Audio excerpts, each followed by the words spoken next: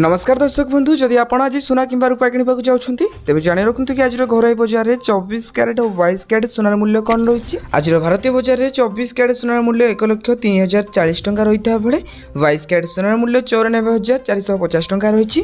ठीक से राजधानी भुवनेश्वर में 24 क्यारेट सुनार मूल्य 10 ग्राम पिछा 1,03,040 टंका रही है बेले 22 क्यारेट सुनार मूल्य 94,450 टंका रही। तेज मुंबई में 24 क्यारेट सुनार मूल्य 1,03,040 टंका रही है बेले 22 क्यारेट सुनार मूल्य 94,450 टंका रही।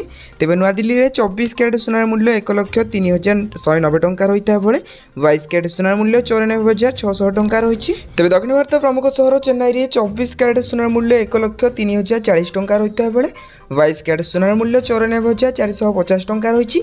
एपरिक पूर्व भारत प्रमुख सहर कलिकता में यथाक्रमे 1,03,040 टंका और 94,450 टंका रही सुनार मूल्य।